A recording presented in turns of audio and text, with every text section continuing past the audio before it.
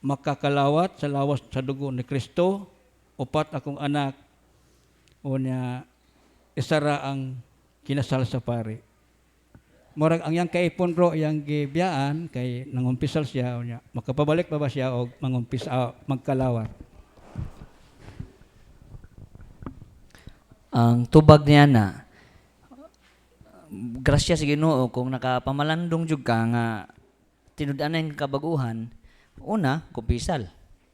Nahuman ka kumpisal, nakahuman ka nasugid din mo tanan, tinud-anay nga surrender, pwede na ka mo kalawat, mundawat na ka sa kanang Santos ni Eucharistia.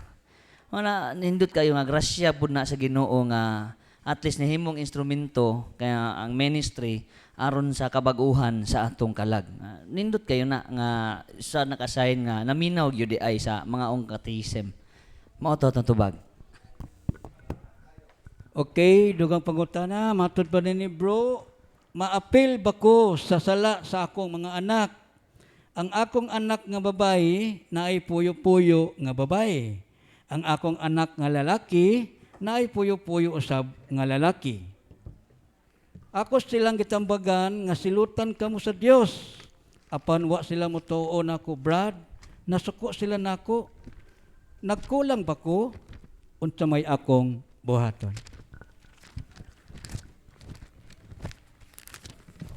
So, nakaambit ba ka unang pangutana nga nakaambit ba ko sa akong mga anak tungod kay laktod nga pagkasulti ga kinabuhi nga immoral, laki-laki, bae-bae. So, ngani ha, aron mawa ang imong kabalaka. Mauni ang giingon sa Biblia. Diya sa Ezekiel Kapitulo 3, 18 hangtod sa 19. Kung moingon gani ako sa taong dautan, mamatay ka, ug unya dili mo siya pahimangnuan, o agnihon sa pagbiya sa dautan niyang pagkinabuhi aron maluwas siya, ang maong tao mamatay gayod diha sa iyang pagkadautan, apan ikaw ang paninglan ko sa iyang kamatayon. Nganong paninglan matag-apel? Wa man nimo badlunga, wa man nimo agniha, wa man kay gibuhat. Apan kon pasidan-an mo siya og dili siya magtagad kanimo, mamatay siya diha sa iyang pagkadautan, apan dili ko ikaw silutan. Nganong di man kasilutan, tungod kay gibuhat naman nimo ang tanan, ug nasayod ang Ginoo nga ang matagtag sa tagsa ka binuhatan, ang binuhatan sa tagsa-tagsa ka tawo dili nato na kontrolado, kay ang matag usa gitagaan og kaugalingong panghuna-huna o kaugalingong kabubuton sa pag-decide sa maayo o sa dautan. Mao na nga ang ato lang, mao ang paggiya, ang pagtambag, kung dili ta paminawon, dili na ta paninglan sa Ginoo. Mao na ito bag. Okay, daghang salamat, Brad. O nya dugang pangutana, matod pa rin ni bro, ang among iro namatay. Paglubog namo, among gipadad-an og rosaryuhan. Sala ba to? Wala ra ba namo giputol ang rosaryuhan? Okay. Wala raban namo giputol ang rosaryuhan. Ingani, daghang mga patuo-tuo nga og naay mamatay pakumkumon og rosaryuhan bisan sa buhi pa di tig rosaryo. Usa nganong bugtuon man ang rosaryuhan kay ang rason ana aron di kuno mosumpay ang kamatay. Basig nga hadlok ka nga basig lain na pong iro mamatay kay wara babugtuan ang rosaryuhan. Kanang pagbugto sa rosaryuhan, labi na kung gibless siya nakasa kaanag sacrilege kay sagrado na nga butang nga imong gibugto nga way rason. So monog tinuyuan ang pagbugto. So kana di ang okay ra ba to? Actually dili gyud unta siya appropriate God kay damo may kag ng iro. Pero kung ang imo rang tuyo ato expression sa imong kamingaw, sa imong iro, nga imo lang pong gipadadaan o rosaryuhan, dili man po na siya morally sinful. Ang sala lang ana, katong last nga statement, wa raban namo putla ang rosaryuhan, mao na ito tuo nga kinahanglan og rosaryuhan, bugtoon kay og di bugtoon, mosumpay ang kamatay. So, mao na nga dili unta dautan tong imong gibuhat pero gisagulan man imong tuo-tuo nga naguo kay wa mabugto ang rosaryuhan, mao na diferensya ana. So mao na itubag sa pangutana.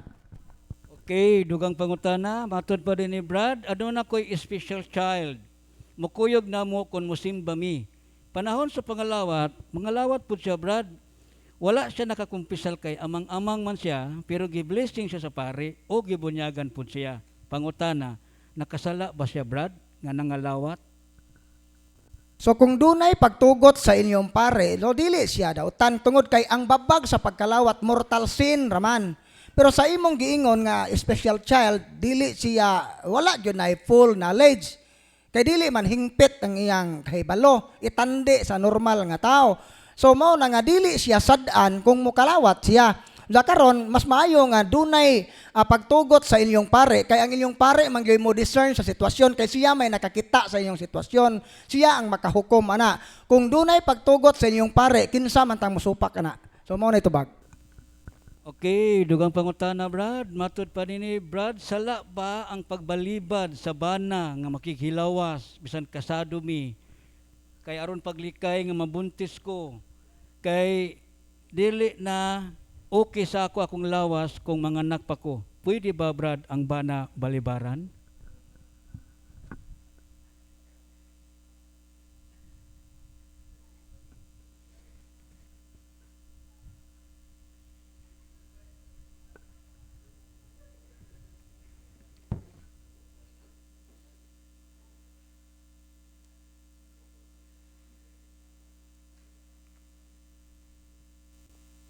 Diha sa Kaugan Catechism, a brief catechism for adults. Matod ba din page 81. What are the sins against marriage? Ada, sins against marriage. Una, number 1, refusing the marriage debt. Kung balibaran nimo, kasa jud ka. Kay apil man na sa inyong gipanumpaan. Ikaduha, unlawful separation. Divorce, sinful company keeping, adultery, birth control, abortion, sterilization. Klaro kaayo ang Baltimore Catechism, simple kayo nga pagtubag pero punto kaayo. Sala gyud siya. Mo to tubag. Okay, dugang pangutana, matod pa nini, Brad, na ba ko'y parental authority sa akong apo, grandchild, o sa akong son-in-law? Pwede ba ko mo deliverance nila, Brad? Kinsa magid ang proper nga mo deliverance sa balay? So kabahin sa imong apo o in-law, ang naadyoy proper nga authority ana una sa imong apo. Ang naadyoy proper nga authority ana parental authority ang iyang ginikanan, dili ikaw. Kay apuhan raman ka. Ang direct authority ana ang ginikanan sa bata. Karon naa ba po kay kanang bahin sa imong in-law, ang naagay direct nga authority niya ang iyang asawa nga imong anak. Mao nay naay otoridad ana, mao na nga atong i-practice nga kining mga responsable sa maong otoridad sila ang mo practice sa maong authority. Kung pananglit wala sila. So ana ka pwede mosod. Ang absence nila ba, ang ilang pagkawa nga gikinahanglan anang panahon na pwede kang musod anang dapita kay na wa man abroad baka gabuwag unya naa nimo ang imong apo na siyempre imo na nang tulubagon kay imo man ang apon ana na namusod ang imong otoridad ana pero mitras naa sila ayaw sa pawi ang ilang authority kay ilaha man ang katungod so mao na ito ba. Okay, dugang pangutana, Brad. Matod pa rin ni bro, pwede ba ang sacramentals, wala nganli, pero mayroon siya ibutang sa hawak? Murag style ba sa habak? Pwede ba kuno ibutang sa hawak? Pananglitan medal or any cross effects? Apagutan na, ibalik siya na to, sumbalikin siya may gapauso ana. Ang ibutang sa hawak.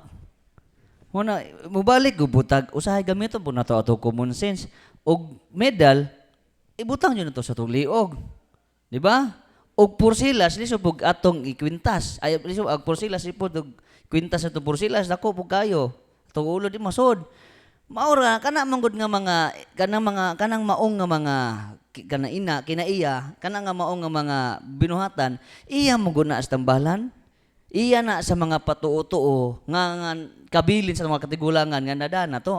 Umahimo ani na lang. gamiton lang nato ang atong common sense. Di ba? Ang rosary, para sulo ba yun na? Oh, kwintas. Kanya, og naay porsilas, para porsilas. Og Benedictine ring. Lisod ba, og Benedictine ring, kanya imong butangan o ganang tanod, nya imong ibutang sa hawak. Mura kag albularyo, wa kay kalahian ni batang hilir. Mura, ana ra. Nga, ang sacramentals, hunaw-naon na to ha, kaalam kapitulo 6, versikulo 10, katong ingon ni Brad Sherwin nga, kining mga balaang butang, kung ato kining atimanon sa paagi nga balaan, ang atong kinabuhi, kita usab mabalaan. Pagtamod o ganang pag hinumdum na to, nga doon ay mga balaang butang, nga gihatang Ginoo, kaya na ay mga balaang butang, mo unsa man ta, mo ginuplik, mo respeto bito ta, makalabay tag simbahan, manguros ganita. Oh. Ana na lang nga, pagkuhan sa mga sacramentals, sa hustong paggamit, proper use of sacramentals, sa mga topping ni Brad Sherwin nga, ug unsay husto paggamit, maugo pog paggamit. Ayaw ini albularyo style mo tutubag. Okay. Dugang pangutana, matud pa rin ni Brad, kung ang exercised salt ang among gibutang sa balay, mahilis na. Nagpasabot ba, Brad, nga naay demonyo among balay?